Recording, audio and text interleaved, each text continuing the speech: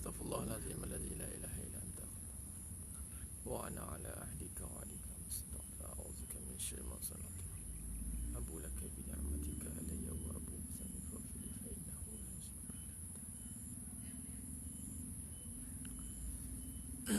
lillahi ta'ala.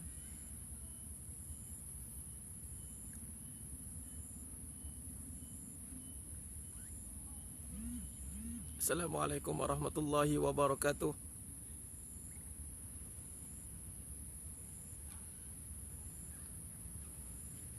Bismillahirrahmanirrahim.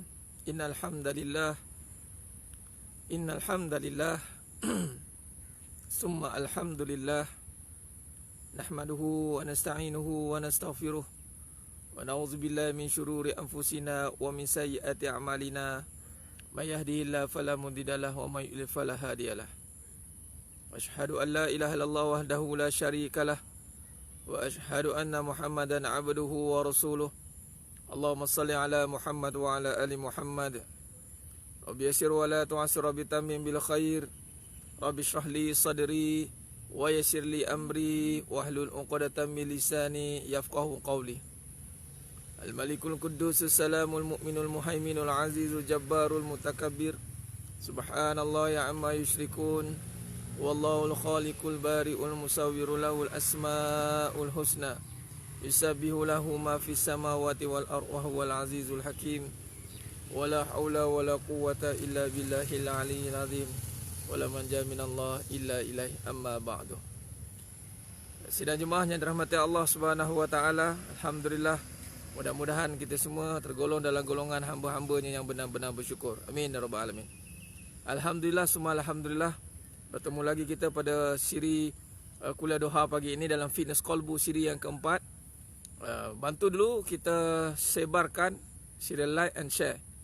Sila tekan butang like and share, sebarkan program kita pada pagi yang penuh barakah insya-Allah dalam siri Fitness Qalbu. Kita berpagi-pagian kita dengan Fitness Qalbu. Allah khair. Alhamdulillah.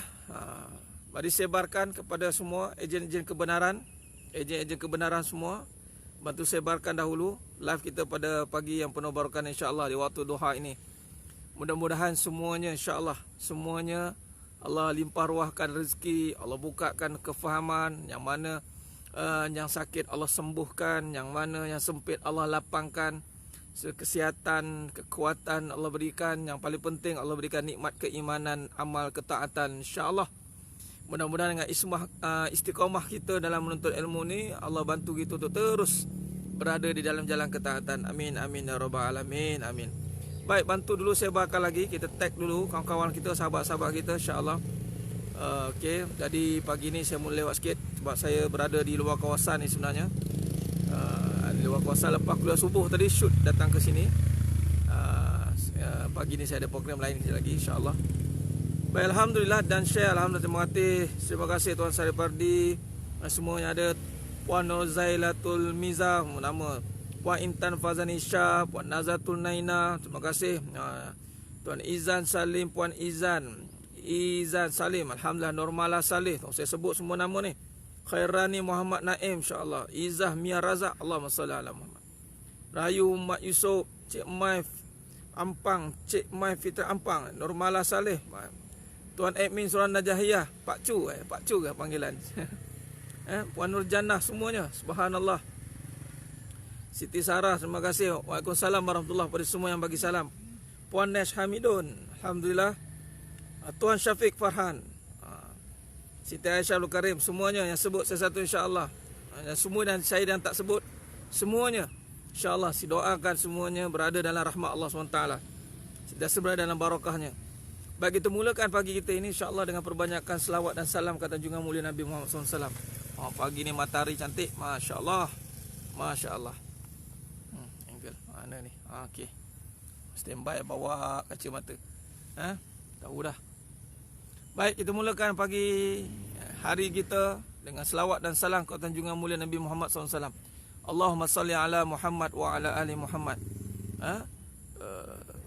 Mirza, Puan Mirza Sri Iskandar Perak. Alhamdulillah, jauhnya menonton. Alhamdulillah. Terima kasih pada yang sentiasa istiqamah mendengar, ikuti Tuan Haji Mak Muda. Waalaikumsalam warahmatullahi. Puan Ainul Imani, Haji Hajah Hafizah, Puan Nuris Firash, Puan Mimi. Terima kasih dengan ceramah Ustaz ni. Alhamdulillah, alhamdulillah. Rezeki pagi ni, subhanallah, cantik alamnya menjawab. Benar Tuan Amin, masya-Allah. Wallahul khaliqul bari'ul musawwirul lahul asmaul husna yusabbihu lahu ma fis samawati wal ard wa huwal azizul hakim. Ni cahaya duha pagi ni, insya-Allah. Mentari pagi, cahaya duha. Tadi dah isyraq kita dan kita menikmati cahaya duha ni. Alhamdulillah. Baik, insya-Allah. Ya Lecak Padang ni. Saya berada di kawasan Padang. Ini je kawasannya ada, insya-Allah. Baik. Vitamin C itulah. Vitamin C insya-Allah untuk muka, tapi vaksin vitamin zikir untuk jiwa. Dah.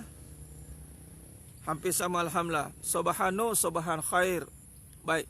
Syukur pada Allah Subhanahu wa taala. Syukur pada Allah Subhanahu wa taala. Syukur sebanyak-banyaknya di atas nikmat yang Allah jadikan. Alam semesta ni sungguh indah untuk kita nikmati. Ternyata dengan keindahan alam ini, sidang jemaah mata Allah SWT, mudah-mudahan kita mampu meningkatkan lagi ketakwaan kita pada Allah SWT. Kerana apa? Keindahan alam ini sebenarnya Allah menyatakan kekuasaan Allah Ta'ala mensifatkan jamal. Innallaha jamil, jamal Allah. Jamil, Allah maha cantik. Dan Allah jadikan alam ini begitu cantik. Tidak cukup dengan itu, Allah cantikkan jiwa kita. Wa nafsi wa ma sawaha. Ingat, jiwa ni Allah jadikan begitu sempurna dan indah. Wa nafsi wa ma sawaha.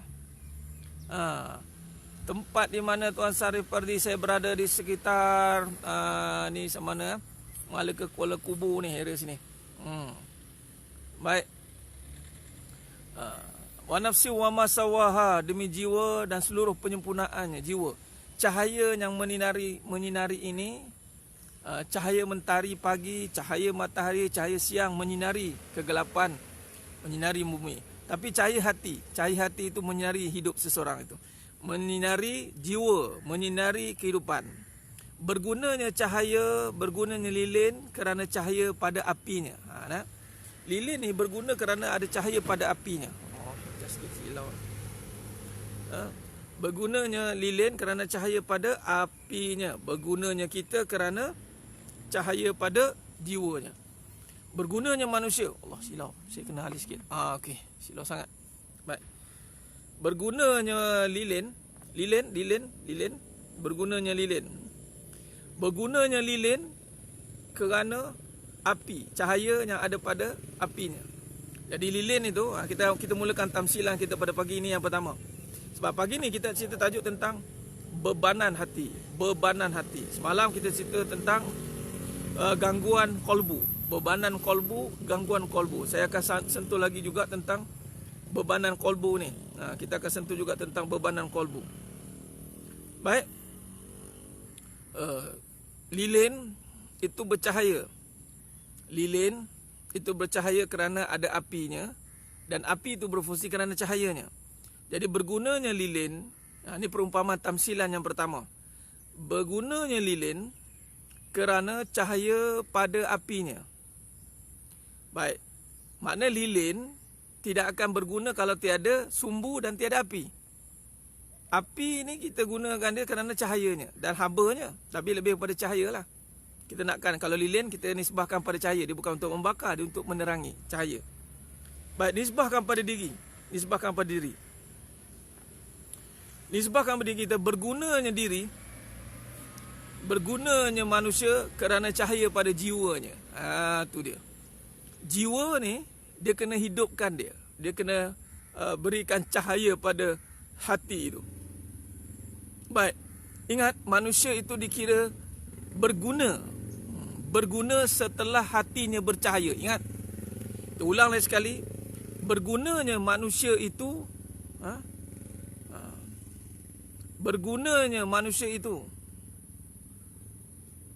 naik jogging juga tak ada. Bergoyang kot, sebab bergoyang. Benda ni macam bergoyang kan? Tak. Saya tak nak tengok. Okey. Tangan saya bergoyang ni. Okey. Bergunanya manusia itu apabila terang ataupun hidup cahaya hatinya. Benda ni kot. Saya punya apps ni dia goyang-goyang. Okey. Saya bergoyangkan tangan ni. Duk mengejah matahari ni. Mengilakkan matahari. Allah. Subhanallah. Okey. Baik, manusia ni berguna apabila jiwanya bercahaya. Ulang lagi sekali. Manusia itu berguna apabila jiwanya bercahaya. Perumpamaan macam lilin tadi. Ingat. Kita kena faham peranan dulu sebagai manusia ini. Dia bukannya sekadar peralatan benda yang kita gunakan dia. Aku nak pergunakan dia. Tapi yang dimasukkan manusia ini Allah jadikan sebagai khalifah tu fil ard. Khalifah ini pemimpin, wakil, pemimpin. Jadi pemimpin ni dia adalah untuk membimbing. Tu kata dikaitkan cahaya tu. Pemimpin ni adalah untuk membimbing. Ingat. Jadi manusia ni Allah jadikan dia sebagai pemimpin. Pemimpin ni, sifat pemimpin adalah membimbing. Dan manusia ni dia akan berguna apabila dia boleh membimbing. Pertama, membimbing dirinya. Manusia ini peranan dia pemimpin, khalifah. Manusia ni berguna apabila dia mampu menjadi pemimpin. Pertama, pemimpin yang utama dan selama-lamanya itu adalah memimpin diri masing-masing. Setiap orang ada tanggungjawab untuk memimpin dirinya. Ke mana nak bawa? Kepada Allah. Memimpin diri untuk menuju kepada Allah. Melalui apa? Melalui siapa? Melalui itulah pemimpin yang utama. Itulah penghulu bagi segala manusia dan jin dan seluruh alam. Itulah Nabi SAW. Baik, jadi sekarang ni yang pertama. Manusia ni berguna bila jadi pemimpin. Bila kata pemimpin, dia membimbing dirinya untuk menuju kepada Allah. Itu syarat. Mana semua orang dia kena memimpin diri dia. Dia kena memimpin diri dia untuk menuju pada Allah melalui jalan tarik nubuwah. Sebab itu kewajipan menuntut ilmu, wajib. Sebab ilmu itu cahaya. Yang memimpin kita adalah cahaya. Cahaya yang memimpin jalan. Cahaya siang memimpin jalan untuk menuju ke destinasi cahaya. Bila ada cahaya, kita cerita peranan cahaya pula. Yang kedua, cahaya ni memimpin jalan. Siang itu mudah untuk melakukan aktiviti kerana cahaya yang menerangi. Bila ada cahaya, dia mampu menyuluh jalan. Kita jadi mudah untuk melakukan segala urusan-urusan yang telah dirancangkan. Baik, jadi cahaya hati memimpin jalan menuju ilahi. Dan manusia ini tidak akan berguna sama sekali kalau dia tidak menuju kepada Allah Subhanahu Wa Taala.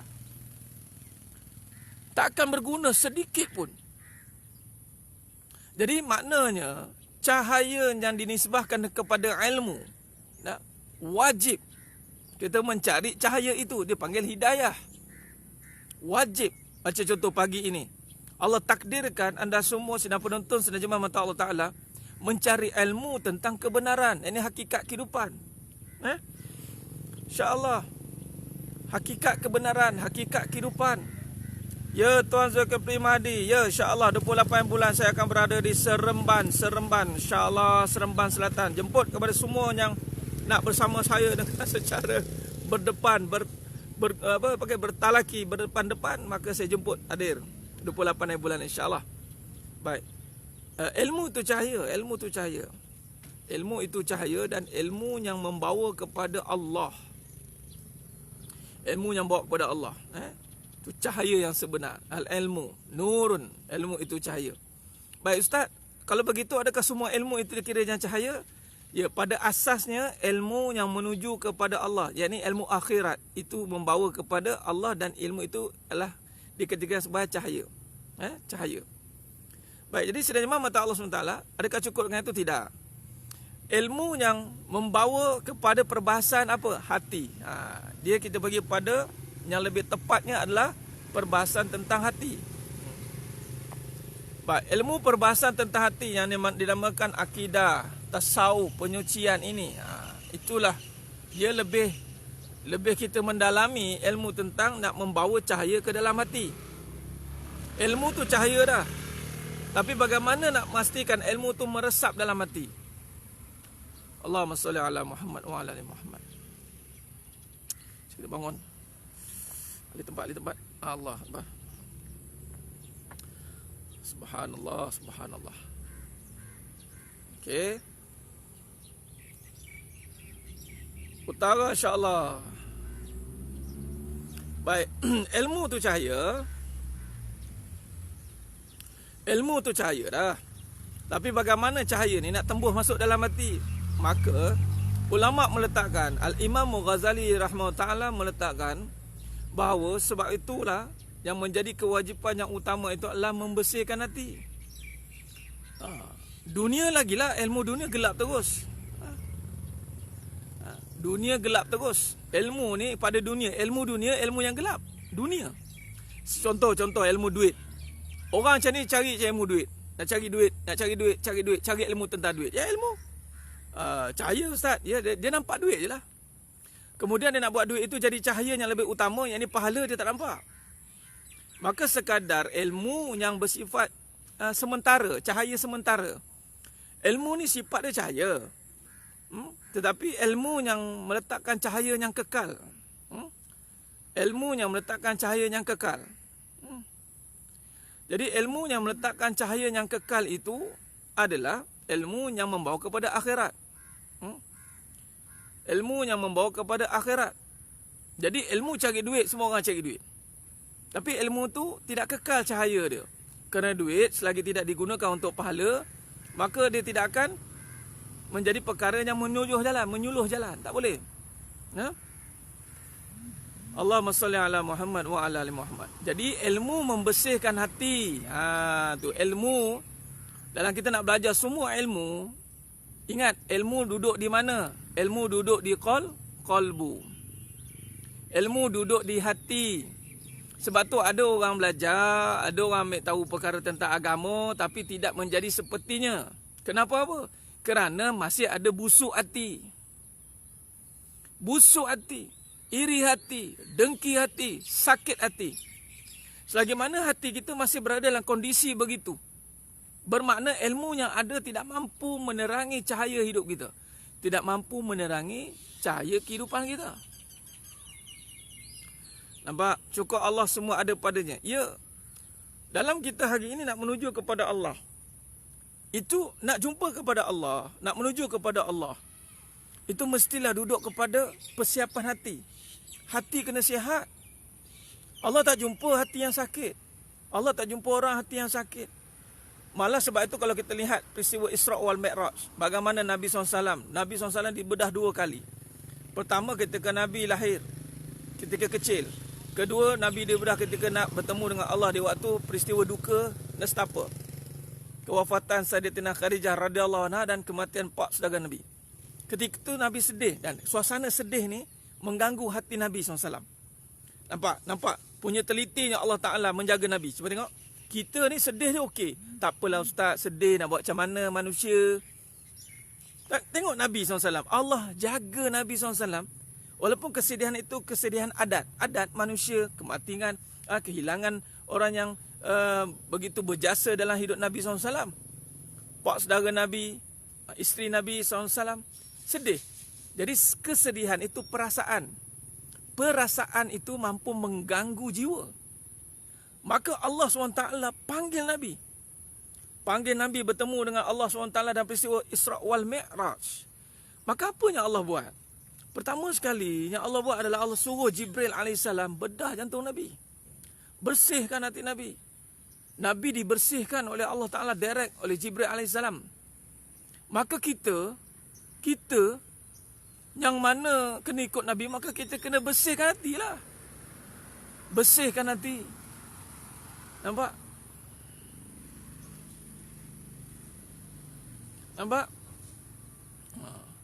Jadi sidang jemaah mata Allah Subhanahu Wa Taala, bersihkan hati ini menjadi asas utama nak menuju kepada Allah. Sebab itu tidak boleh. Allah tak pandang hatinya ada penyakit. Allah tak pandang. Sebab tu kata Nabi SAW, Inna Allah la yanzuru ila suwarikum wa amwalikum walakin yanzuru ila kulubikum wa a'malikum aw kama qala. Allah tidak melihat rupa dan harta. Apatah lagi harta dan rupa Allah tak pandang. Allah pandang hati. Tetapi hati yang ada bebanan, hati yang ada gangguan, hati yang ada keresahan, Allah tak pandang. Allah tak pandang. Saya ulanglah sekali. Jadi jangan duk guna perkataan perasaan. Tak apalah, Allah tahu isi hati saya. Allah tahu. Dia bergaduh-bergaduh ni dengan suami ni. Tapi tak apalah, Allah menyembahi saya. Ni pergi mengaji, pergi usrah, pergi sana, pergi sini. Tapi masih lagi dengan manusia ada iri, ada dengki. Maka Allah tak pandang hati yang macam ni. Nak beribadah dengan Allah SWT, kena bawa hati. Jadi hati ni perlu dibersihkan. Untuk dihancurkan. Daripada segala perkara-perkara yang meragukan. Sebab itulah. Bagaimana nak bersihkan hati selain daripada zikir? Bersihkan hati, ni kena Puan Nurlani. Maknanya tak faham zikir itu apa. Yang membersihkan hati hanya dengan zikir. Soalannya adalah bagaimana zikir yang sebenar sepatutnya boleh membersihkan hati. Zikirlah dengan kefahaman, bukan sekadar sebutan. Hari ini manusia pergi pada perbuatan semata-mata. Konon-konon nak bersihkan hati, dia tukar luaran saja. Tetapi dalam hati tidak dibersihkan. Maka tiba-tiba itu jadi munafik. Sekadar tukar penampilan, apatah lagi yang tidak jaga penampilan. Apatah lagi yang tidak jaga perbuatan suruhan Allah Ta'ala. Tidak solat. Tidak solat, tidak jaga aurat, tidak salawat. Lagilah hatinya tidak akan dijaga. Ini kita dok faham zikir itu sebut. Oh, zikir itu perbuatan semata-mata. Perbuatan yang luaran. Tidak, zikir mesti dari dalam. Jadi maknanya sekarang ni kita kena faham dan selami dan kita kena hayati ta'rif tentang hati. Kita kena hayati peranan zikir dalam kehidupan. Yang membersihkan hati itu hanya dengan zikir. Tidak ada cara lain. Makanan. Contoh Ustaz, macam mana nak kenyang? Makan. Kena makan ya Ustaz? Ya, itu syariatnya. Kalau tak makan boleh ke Ustaz? Itu syariatnya kena makan. Macam itulah ibaratnya. Jadi macam mana nak bersihkan hati? Kena zikir. Tapi Ustaz, saya dah zikir banyak kali Ustaz. Tak bersih pun. Tak faham. Tak faham. Kita tak letakkan zikir itu sebagai keutamaan. Maka kita akan pergi pada bebanan kolbu. Nampak? Bebanan. Nampak? Zikir ni ingat. Ingat. Pertama sekali yang kita kena ingat adalah ni dia. Ini masuk zikir. Semalam gangguan. Kita buat memerujak sikit. Gangguan hati. Pertama, kita kena buang gangguan dulu. Nanti kita ganggu apa yang kita ingat. Kita kena buang gangguan. Gangguan tu kena buang dulu. Macam mana kita nak ingat kalau terganggu? Bagaimana kita nak ingat kalau masih ada gangguan? Ingat dengan hati. Ingat dengan hati. Bukan dengan akal. Beza je Ustaz. Akal kita ni pelupa. Hati yang mengingatkan akal. Betul tidak? Hati yang mengingatkan akal, bukan akal semata-mata. Jadi sekarang ni, poin dia adalah bagaimana nak ingat kalau masih ada perkara yang mengganggu hati. Bagaimana nak ingat kalau masih ada perkara yang membebankan pada hati. Kolbu, gangguan kolbu. Semalam kita sentuh tentang bebanan kolbu. Apa cerita semalam? Kita cerita tentang bagaimana hati untuk digunakan ke jalan Allah tetapi masih ada gangguan dia. Apa dia? Rupa, yakni perasaan dan kebenaran. Kita masih duduk pada keadaan, kebenaran, harta, perasaan. Kita masih duduk pada itu. Hati yang masih terkesan dengan perasaan, yakni emosi, nafsu. Hati yang masih terkesan dengan kebenaran, hati ni masih ada gangguan. Contoh, dia sebut Allah. Dia sebut Allah. Tetapi di dalam hatinya ada gangguan keadaan. Apa dia? Ada kekuatan selain Allah. Gangguan. Dia nampak ada kekuatan selain Allah. Apa dia kekuatan selain Allah itu? Dia nampak duit. Contoh. Dia takut dengan duit. Mana dia ada kekuatan selain Allah lah tu? Gangguan lah tu. Nampak? Emosi dia tidak terjaga dengan baik. Sebab apa? Masih terkesan dengan kebendaan itu. Nampak? Jadi kita nafikan kebendaan, emosi, perasaan tidak boleh dimasukkan dalam jiwa. Jiwa ini hanya berbicara soal ketaatan. Contoh, kita nak buat ketaatan, tetapi masih memikirkan keadaan. Ada yang tanya saya semalam, saya terbaca semalam, Ustaz, bagaimana saya isteri yang ketiga? Buat soalan semalam. Orang tanya, Ustaz, saya isteri yang ketiga, bagaimana Ustaz? Saya nak taat, tapi perangai suami masih buat perangai Romeo, dia panggil. Saya terbaca semalam. Romeo perangai suami, jahat itu suami, taat itu isteri. Biarlah suami jahat, biarlah suami jahat, kenapa tak nak taat? Taat itu tanggungjawab isteri. Itu gangguan sebab dia nak taat tapi dia tengok keadaan.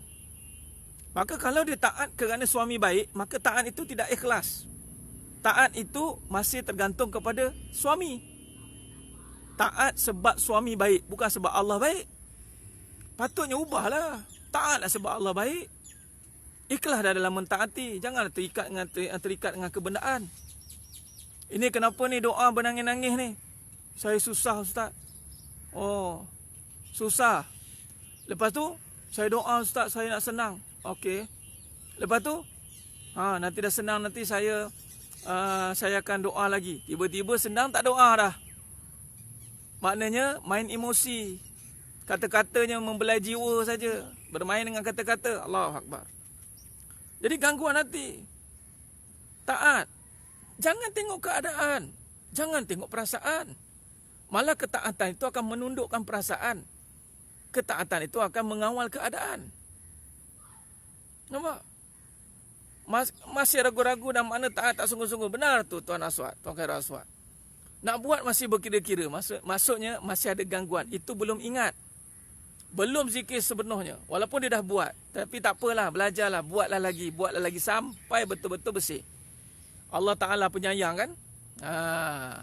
Baik. Allahumma salli ala Muhammad wa ala. Malah kadang-kadang orang tanya, takkan itu je? Takkan itu je Ustaz taat? Mana dia tak faham lah tu. Ikut keadaan, ikut sukalah Tuan Syafiq Farhan. Dia nak baik tu ikut. Kalau orang baik, dia baik. Kalau orang jahat, aku 10 kali jahat. Nampak tak? Dia nak solat, dia ikut keadaan. Rajin atau malas. Kalau dia rajin, dia solat lama sikit. Kalau malas, dia duduk katanya.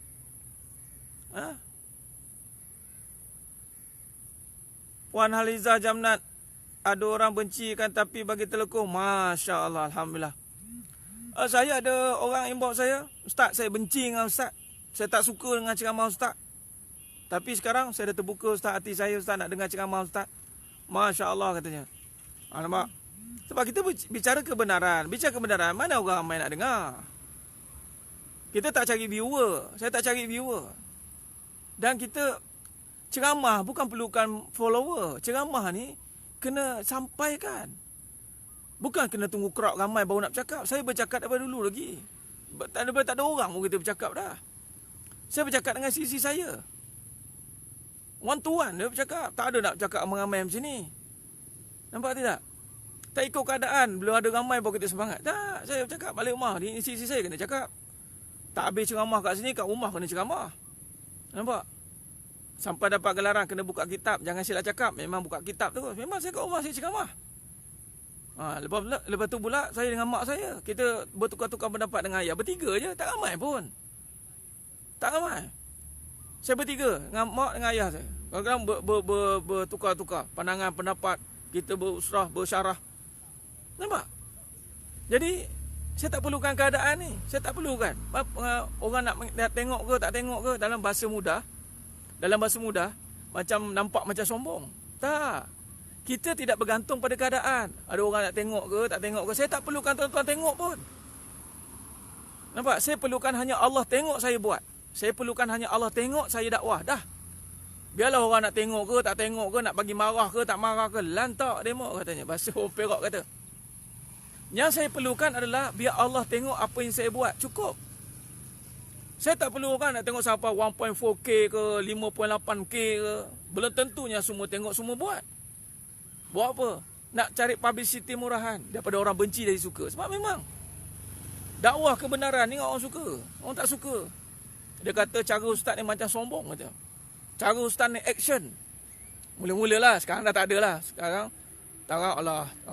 Terima kasih ustaz terbuka. Terbuka hati saya sekarang ni. Baguslah, alhamdulillah. Yang tak terbuka tu nak buat macam mana? Innalillah lah. Nampak?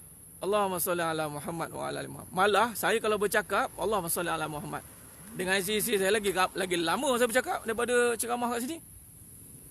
Jadi tugas bercakap ni adalah kerana Allah Ta'ala, sebab saya nak Allah tengok. Jadi sama dengan tuan-tuan sedang penonton ceramah yang dirahmati Allah SWT, dengar ceramah supaya Allah nak tengok tuan-tuan ni buat amalan. Oh, syarat bukti ya, dah ikut Ustaz Farid Abu Aulia. Ya, saya dah duduk ni. Nampak? Jadi sedang jemaah mata Allah SWT. Sama juga saya cakap dengan pelajar-pelajar saya di sekolah. Saya cakap begini, dengan guru-guru saya pun saya cakap. Saya cakap apa? Smirov tak perlukan pelajar. Ustaz boleh tutup sekolah bila-bila masa, saya cakap macam tu. Smirov tak perlukan pelajar. Smirov tak perlukan guru. Guru yang perlukan Smirov. Pelajar yang perlukan Smirov. Kita tak bergantung dengan makhluk. Saya tak nak bergantung dengan follower, tak nak bergantung dengan orang yang menengok ni. Kita tak ada bergantung pun. Tinggal nak live, saya live je. Tak live, saya cakap tak live. Nampak? Allahumma salli ala Muhammad wa ala ali Muhammad. Khair. Jadi sedang jemaah mata Allah SWT. Ya, Puan Cik Sabaria, Allah Akbar. Doakan. Ya, boleh risau dia tak ada ceramah. Subhanallah, mantap. Risau tak ada ceramah, bukan seronok tak ada ceramah ya. Seronok lah, tak ada ceramah ni lagi. Baik, berbalik dengan tajuk kita tadi. Baik. Maka sedang jemaah mata Allah Subhanahu Wa Taala, nak bagi tahunya, bila hati kita ni ada terkesan dengan gangguan-gangguan tadi, maka kita belum ingat. Kita belum ingat. Kita sebut saja. Dan bila kita belum ingat, maka kita akan penat. Orang yang buat ingat, dia akan penat. Sebab zikir ni sepatutnya melapangkan hati. Ala bizikrillahi tatma'innul qulub. Hanya dengan ingat Allah hati jadi lapang. Tiba-tiba saya dah penat ustaz. Maknanya masih ada gangguan. Itu saja. Kita akan tengok apa cerita. Kita boleh tahu, nak tahu gangguan ni, pertama tengok apa yang dikata daripada mulut dia. Sebab tu saya akan tengok apa yang dikata, apa yang diucapkan. Isu-isu yang akan keluar nanti. Nampak? Allahumma salli ala Muhammad wa ala ali Muhammad. Baik. Jadi kalau kita lihat, untuk memahami keadaan ini, kita kena menghayati, menyelami dengan hati yang lapang. Sebab kalau kita buat ingat, kita akan penat. Kita akan penat. Jadi kita kena betul-betul ingat. Baik. Jadi gangguan hati. Gangguan hati. Ya, kalau penat masih ada gangguan. Ingat, kalau kita masih penat, mana kita masih ada gangguan. Ada gangguan. Tambah pula gangguan itu kalau dibiarkan. Ni tak sambung ni. Gangguan kalau dibiarkan.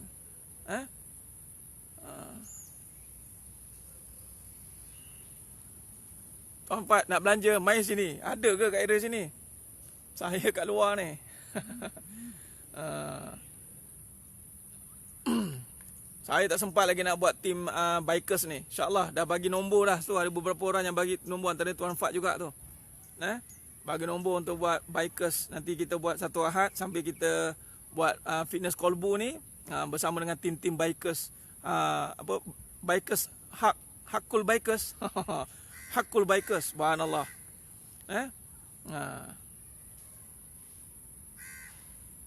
Baik. Jadi sedang jemaah mata Allah Subhanahu Taala, kalau kita perhatikan baik-baik, kenapa loading keluar balik, masuk balik Puan Nash. Baik. Pertama tadi, bila gangguan dibiarkan, contoh perasaan, ikutkan perasaan.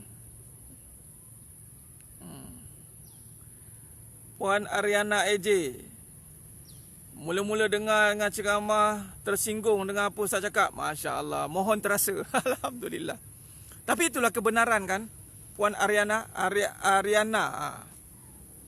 Kebenaran. Bila lagi kita nak ceramah dengan benda yang memang baiz. Dan saya ceramah, saya takkan jaga perasaannya. Ini cakap sikit-sikit lagi. Kalau depan-depan kena memang bagi terus. Zap, bagi. Allahumma salli ala Muhammad wa ala ali Muhammad. Perasaan itulah patut kita kenakan dia. Bagi dia sentap. Bagi dia tunduk. Baik dia tunduk, dia sentap dan tunduk, dia ada bait. InsyaAllah. Oh, biker untuk lelaki je lah. Asal ada yang perempuan ada bikers ke? Subhanallah. Puan Asha Faris, benar. Dia kalau lembut, lemah ni untuk perkara lain. Tapi kalau nak bina keyakinan, bina kebenaran, dia kena ada ketegasan. Puan Asha Faris sendiri adalah salah seorang yang menunjukkan satu kesan daripada pengajar hakikat kehidupan. Mungkin Puan Asha boleh kongsi balik kan, bagaimana dulu ada panic attack.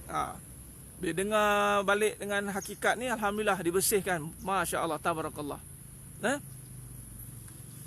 Okay, penat dengan dunia sebab kita tidak jadikan dia sebagai untuk ingat Allah. Penat dengan dunia sebab kita tidak jadikan dunia untuk ingat Allah. Kita ikutkan keadaan dunia, kita ikutkan perasaan pada dunia. Sebab tu kita penat. Jadi jangan biarkan benda tu berlarutan. Sebab gini, perasaan kalau dibiarkan berlarutan, keadaan kalau dibiarkan berlarutan, dia akan jadi bebanan. Baik, contoh. Bebanan hati, bebanan kolbu ini adalah satu je. Dosa.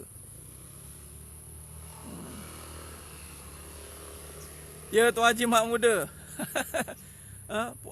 Puan Ayu takut-takut nak dengar kan? Subhanallah. Sekarang alhamdulillah. Baik. Bebanan kolbu ini adalah dosa.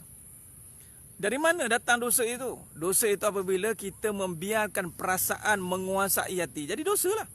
Contoh perasaan sedih dibiarkan menguasai sehingga kita tidak fokus kepada Allah, kita ingat pada kesedihan. Betul tidak? Ini yang mengganggu. Oh, ramainya yang menyampah. Allah Akbar. Kan? Rupanya ramai yang menyampah. Puan Saharul Munawwarah pun menyampah juga. Masya Allah. Allah. Subhanallah. Ramai rupanya haters saya dalam diam. Dia macam orang ruqyah lah. Ruqyah ni yang marah-marah tu semua saka-saka. Yang marah-marah ni saka, jin-jin yang kafir, orang yang mengganggu. Benda-benda tu yang marah sebenarnya tak ada pun. Bila saka dah keluar, jin dah keluar, langsung kuntilanak dah keluar, okey lah. Saka dunia lagi bahaya. Sebab tu orang yang ada masalah dunia, gangguan perasaan, keadaan ni, kalau kena dengan kata-kata kebenaran ni memang pedih. Dia memang tak suka. Tapi lama-lama Allah pilih. Kalau Allah pilih, dia akan terbuka hati dia. InsyaAllah, alhamdulillah. Jadi saya doakan yang terbuka hati ni, yang semua yang istiqomah masih bersedia untuk mendengar kalam-kalam yang pahit-pahit ni, maka subhanallah, ia adalah satu pilihan daripada Allah SWT. Saya pun tidak boleh kata-kata main-main dengan pahit-pahit, tidak boleh. Kebenaran bukan kata main-mainan. Kalau saya main-main kata-kata dengan pahit-pahit, itu nanti jadi satu penghinaan bagi orang yang mendengar. Tak boleh. Saya bukan suka-suka nak kata-kata, tidak boleh. Sebab dia akan jadi satu penghinaan. Tidak boleh. Tapi kalau kata-kata kebenaran, Masya Allah, kata-kata itu boleh mengubat kembali luka-luka yang dah terbiar lama. Luka tu mesti disental. Luka-luka itu mesti digonyoh, digosok, dijahit semula. Memang sakit. Tapi memang kena buat pembersihan begitu. Baik, sidang jemaah mata Allah Subhanahu Wa Taala. Jadi berbalik tadi, bebanan. Bebanan itu adalah hasil daripada dosa yang dibiarkan kerana kita menuruti perasaan. Kita biarkan perasaan mengganggu kita punya hati. Jadi dosa. Contoh perasaan sedih, biarkan sedih. Kerana apa? Sedih sebab dunia, dosa. Jangan main-main. Sedih selain Allah, dosa. Biar sedih sebab Allah, sebab dosa kita sendiri. Tidak sedih sebab benda, dosa. Kita ikutkan keadaan. Keadaan apa? Keadaan bahawa contoh suami, contoh susah, keadaan kita yang lemah. Kita ikutkan keadaan menyebabkan kita tidak taat kepada Allah. Dosa. Kita biarkan keadaan itu dan kita menganggap bahawa, alah ustaz, nak buat macam mana ustaz? Saya dah memang perangai macam ni. Kita biarkan keadaan itu. Dosa. Lama kelamaan dia akan jadi pendam perasaan. Pendam perasaan tu sebenarnya pendam dosa. Dosa ni Allah akan bersihkan, Allah akan congkil, Allah akan keluarkan bila ujian sampai. Allah Akbar. Itu kadang-kadang tu keluar, meletup-letup keluar tu. Keluar. Macam ni perangai dia. Rupanya dia pendam dosa dah lama. Pendam perasaan ni, pendam dosa sebenarnya. Jangan main-main. Syukurlah Allah bersihkan. Syukurlah Allah bersihkan. dengan ujian. Ujian membersihkan hati. Sebab tu bebanan kolbu itu adalah hasil pada dosa yang kita lakukan, daripada kita yang tunduk kepada keadaan dan perasaan. Ingat,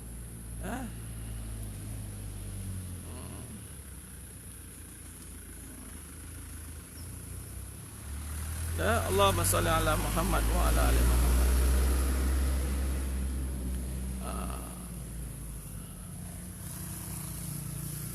Puan Nurdiana, bagus cara. Kali pertama saya tengok Ustaz ceramah untuk menabi mana pihak sebenarnya suami tu tak berat sebelah sangat-sangat. Ya Puan Nurdiana, kita tak akan menyebelahi manusia.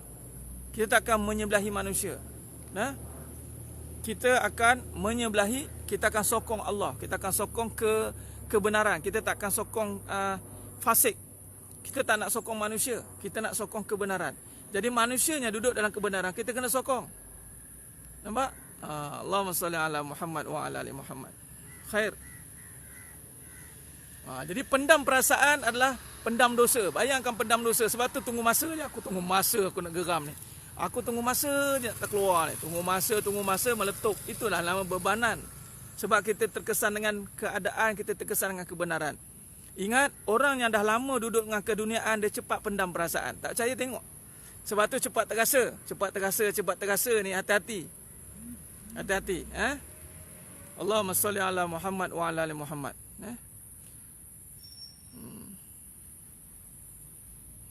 Baik. Apa yang membezakan tegas dan garang? Dia ni tegas itu prinsip, garang itu sifat. Tegas itu prinsip, garang itu adalah perasaan. Kadang-kadang garang dia boleh disebabkan oleh kemarahan benda. Tapi kalau tegas itu duduk pada prinsip. Puan Ju, tegas. Macam contoh, tegas. Siapa yang tak ingat Allah, kita tidak akan layan. Contoh, perasaan, nangis-nangis, sedih-sedih, tegas. Kita tak layan perasaan, itu tegas. Tapi kalau garang, dia boleh marah-marah. Ni garang dia ni. Tapi kadang-kadang orang tak faham penggunaan perkataan tu kan. Dia anggap benda tu garang. Macam contoh, ustaz ni garang lah. Ada yang cakap kat saya tu, ustaz ni garang lah. Bukan garang, tegas. Ketegasan itu untuk menegakkan prinsip. Kalau garang ni, dia tak perlu cerita prinsip.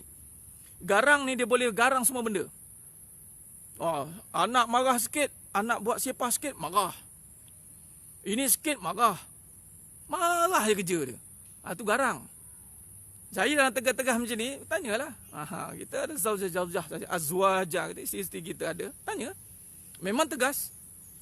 Ada kalanya garang dengan ketegasan itu. Tapi dalam bab dunia, bab ni insya-Allah kita free, tak ada terikat pun. Tak ada terikat pun. Insya-Allah, itu bezanya. Baik. Tegas bukan garang, betul. Cepat terasa sebab dunia yang benar Tuan Syafiq Farhan. Cepat terasa ni sebab dunia. Sebab tu orang beriman dia tidak ada jadikan dunia ni sebab tempat terasa. Sebab tu orang beriman, walaupun orang maki dia, caci dia okey. Orang beriman orang tahan maki dan tahan untuk maki orang. Sebab tak nak terasa. Orang kata tentang diri, tak apa, biarlah. Tak payah nak pertahankan diri. Buat apa? Hina ustaz tu, hina. Betul lah hina, air mani yang hina. Bukan pandai pun ustaz tu. Bajet bagus je, mengajar tak apa-apa dah. Jahil. Dia kutuk kita, betul lah tu. Manusia jahil, saya jahil. Alamat insana malam ya'lam. Tapi dalam menyampaikan kebenaran, saya kena tegakkan kebenaran. Di saat saya tahu benda yang Allah dah beritahu, saya kena sampaikan. Saya kena ngajar benda-benda macam tu. Wala talbisul haqqa bil batil wa taqtumul haqqa wa antum ta'lamun. Jangan campur adukkan hak dan batil. Jangan sembunyikan kebenaran setelah kamu tahu. Setelah Allah ajar saya, setelah Allah datangkan ilmu melalui guru-guru yang arif, guru-guru yang mursyid, guru-guru yang benar-benar Allah angkat darjat mereka, terutamanya melalui mak saya. Ni saya nak bagi tip ni, orang lelaki terutama dan semua yang menonton, insya-Allah. Bersusah-susahlah untuk wali yang jelas-jelas tu. Siapa? Mak. Mak kita tu adalah wali Allah. Wali tu yang mana? Mak dan ayah, dua-dua lah. Siapa yang berkhidmat dengan wali Allah ni, Allah akan bukakan kebijaksanaan dan ilmu datang mencurah-curah. Try. Dan Allah takdirkan saya berkhidmat. Taklah banyak, tapi Allah izinkan dia berkhidmat pada sebelum kahwin. Sebelum kahwin lagi. Jangan main-main. Ada orang kadang kahwin sibuk dengan bini-bini. Dah. Kita kena priority is priority. Itu untuk membersihkan hati juga dan mencabut bebanan dalam hati. Khidmat dengan wali Allah tu. Khidmat dengan mak ayah. Susah-susah untuk mereka. Tengok Allah turunkan ilmu macam mana nanti. Pergi menuntut ilmu itu susah-susah untuk guru. Khidmat dengan wali Allah tu, mak ayah dan guru. Sebab tu kena ada guru. Kena ada guru ni kadang-kadang. Guru tak mengajar sepenuhnya. Tetapi guru mendoakan. Guru mendoakan macam Nabi SAW mendoakan Ibnu Abbas radhiyallahu anhu. Ibnu Abbas itu khadam Nabi SAW. Kadang maksudnya yang berkhidmat dengan Nabi. Bila berkhidmat dengan Nabi SAW, Nabi doakan Allahumma faqihu hafiddin. Asbab doa Nabi lah Ibnu Abbas radhiyallahu anhu jadi mufassirin, sultan fi mufassirin. Nampak? Jadi kenapa kena ada guru? Sebab nak mendoakan. Guru mendoakan. Dia kadang-kadang bukan mengajar pun. Tak, dia tak sempat nak mengajar semua. Tapi khidmat kita kepada dia itu dikira. Kita kena cari guru untuk berkhidmat. Untuk kita bagi something, kita khidmat. Bagi tenaga, bagi duit, bagi harta, kita nak khidmat. Itu sebenarnya kena ada guru. Kalau seorang-seorang, kita khidmat dengan siapa? Dengan setan lah. Sebab tu kena ada guru. Dan saya alhamdulillah diberikan perjalanan untuk berkhidmat dengan guru, berkhidmat dengan mak ayah. Yang paling penting mak ayah lah. Sebab tu Allah curah-curahkan ilmu tu. Sebab tu jangan. Kita kena ada orang yang sentiasa kita nak kena tunduk dan khidmat. Allahumma salli ala Muhammad wa ala ali Muhammad. Ya? Sama. Walaupun non-Muslim pun. Walaupun mak ayah bukan Islam. Khidmat sungguh-sungguh. Susah-susah diri untuk mak ayah. Allah suruh. Bagi yang dah kahwin pula, isteri pula, susah-susahkan diri untuk suami. Tapi biasanya menongkak arus. Anak-anak lelaki, dia tak nak susah-susah untuk mak ayah. Dia sanggup susah-susah untuk isteri-isteri dia. Nampak macam mudah. Kita tengah jadi anak, nampak macam senang lah. Tunggu bila dah seorang anak ada tugas sebagai suami. Tunggu seorang anak dah berubah menjadi seorang isteri. Tengok dia nak buat baik nanti macam mana. Berkira. Anak perempuan ni, wanita, bila dia dah ada suami, dia susah nak berkhidmat dengan suami dia. Secara ikhlas, secara rela. Ini ujian yang besar. Susah sangat. Ujian. Malah Allah uji pula suami yang tidak memberi apa-apa manfaat dan pedah katanya. Tak ada pedah aku taat dengan dia ni. Sama dengan lelaki, seorang lelaki, anak lelaki dengan mak dari sudut keduniaan bukan makin dapat, makin banyak bagi. Mak dah tak sihat, mak dah lemah badan, mak dah gini, banyakkan perlukan tenaga kita, perhatian kita. Kita ni ada bini ni, ada anak ni. Mula marah, berbelah bagi kita. Payah betul lah. Nampak? Tak guna, orang macam tu habis nanti.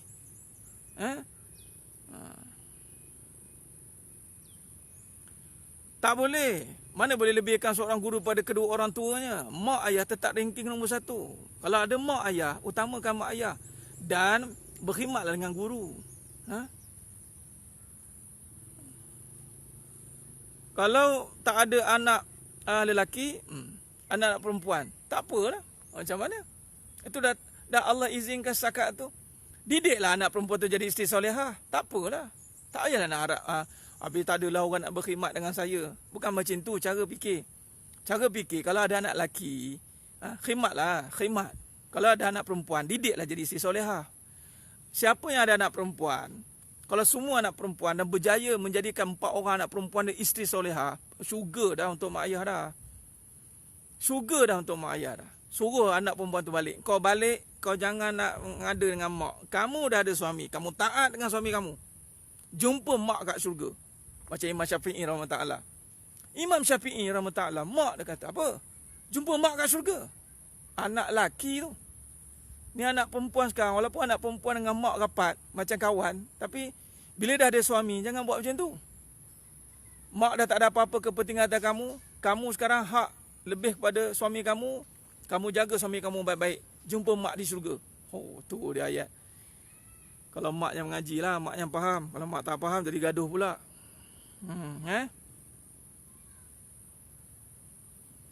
Ya, ke sana sini cari wali, mak ayah jadi wali kita. Allah.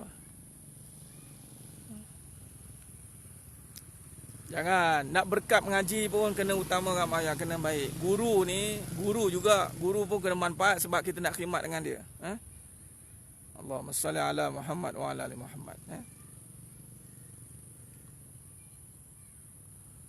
Khair. Baik, jadi sidang jemaah mata Allah SWT, itulah bebanan qalbu. So nak khidmat untuk suami lepas dengan ceramah ustaz, Allah mudahkan. Allahumma salli ala Muhammad wa ala ali Muhammad. Alhamdulillah. Syukur. Syukur. Amin ya rabbal alamin. Amin ya rabbal alamin. Alhamdulillah. Puan Juliana, Mak Yasin, alhamdulillah. Puan Ramlah, amin. Kacar ilmu untuk didik anak takut saya. Ya, Puan Fazlah, benar. Puan Normalah Saleh, seorang lelaki bila dah kahwin tak berkhidmat dari ibu ayah, adakah dia berusaha memecahkan? Ya. Seorang anak lelaki yang berkahwin dan tidak berkhidmat untuk mak ayah. Ingat, khidmat, tanggungjawab seorang anak lelaki tidak terputus selagi mana dia bergelar anak dan selagi mana dia ada mak dan ayah. Ini ujian untuk lelaki. Tetapi itulah adat kehidupan, dia akan lebihkan kepada isterinya. Hati-hati. Jadi mak ayah pula kalau ada macam ni, janganlah pendam rasa, janganlah pendam perasaan. Ampunkan, doakan anak tu. Dan ini juga kemungkinan mungkin dia tak faham dari awal. Dah besar panjang nak buat macam mana. Doakan sajalah anak itu, ya. Allahumma salli ala Muhammad wa ala ali Muhammad. Ya, wajib bersusah-susah, khidmat tu wajib. Bir walidaini ihsana, wajib berbuat baik dengan mak ayah. Jadi Allahumma salli ala Muhammad wa ala ali Muhammad. Khair.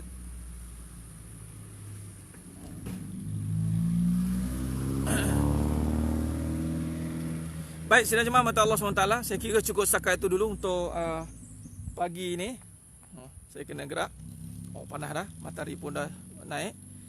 InsyaAllah, bagaimana untuk guru itu, maksudnya bagaimana Ustaz? Berkhidmat ni ialah memudahkan urusan dia. Memudahkan urusan guru. Memudahkan apa segala kelapangan yang diperlukan. Berkhidmat. Mendoakan guru itu. Meletakkan guru itu dengan keadaan yang bersesuaian. Yang ini tidak merendahkan dia. Khidmat. Khidmat ni dengan tenaga. Apa sahaja yang diperlukan, selagi kita seorang murid mampu untuk berikan, mampu untuk bantu, silakan. Itu sebenarnya. Bukan selagi mana perkara itu diperlukan dalam dakwah lah, dalam membantu guru kemaslahatan dia. Sebab guru ni digunakan diri dia ni untuk agama kan. Jadi masalah hidup guru ini perlu dijaga. Kalau guru ni susah payah nak survive hidup dia, bantu. Sebab kalau guru ni susah payah untuk diri dia, siapa nak mengajar nanti? Sebab tu kadang-kadang guru ni dia tidak pergi utamakan dunia untuk kemaslahatan dia. Sebab Allah nak ada orang berkhidmat dengan guru. Masing-masing ada peranan dia. Allahumma salli ala Muhammad wa ala ali Muhammad. Baik, jadi alhamdulillah, cukup setakat itu dulu. Saya kira apa yang minta respon tu? Yang mana tu? Tuan Surana Jahiyah.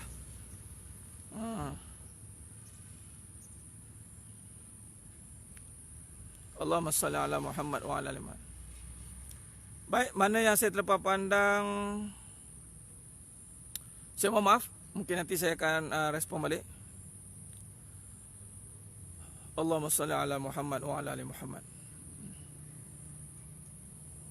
Okey, baik. Saya rasa cukup setakat itu dulu. Mudah-mudahan Allah berkati kita semua.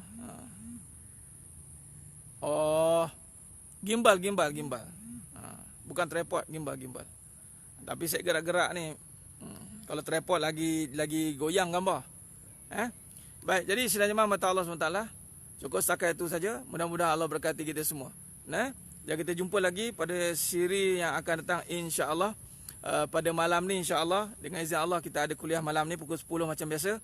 Insya-Allah. Kita jumpa malam ni ya, insya-Allah. Jadi cukup setakat itu. Mohon ampun, mohon maaf di atas segala terkurang bicara, terkasar kata, kekurangan dalam penyampaian. Mudah-mudahan Allah berkati kita semua insya-Allah.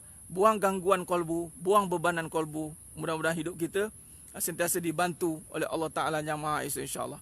Amin ya rabbal alamin. Aku qouli hadza wa astaghfirullah azim li wa lakum wa billahi taufiq wal hidayah. Wassalamualaikum warahmatullahi wabarakatuh. Ditangguh dengan tasbih kafarah dan suratul as. Subhanakallahumma wa bihamdik. Asyhadu an la ilaha illa anta astaghfiruka wa atubu. Bismillahirrahmanirrahim. Wal 'ashr. Innal insana lafi khusr illa alladzina amanu wa 'amilus solihat wa tawassaw bil haqq wa tawassaw bis sabr. Wallahu a'lam bissawab. Takbir. Allahu akbar.